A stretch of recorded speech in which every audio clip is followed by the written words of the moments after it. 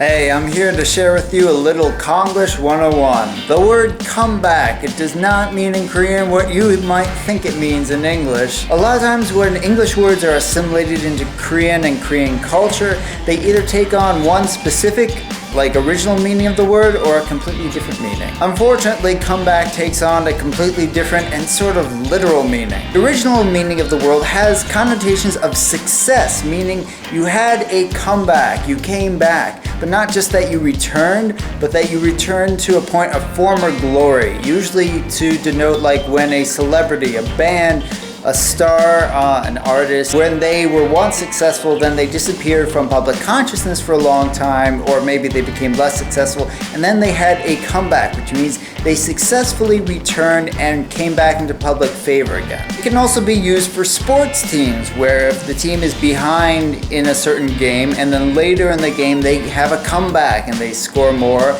It could mean that they do surpass the other team, or it could just mean that they come close to the other team. But it's always a good thing, and it always implies some kind of relative success. In Korea, it does not mean that. In Korea, comeback means they literally came back. It means more like for pop stars, pop figures. They were on the airwaves and then they got taken off the airwaves after 3 months, which is kind of the normal runtime for a pop song.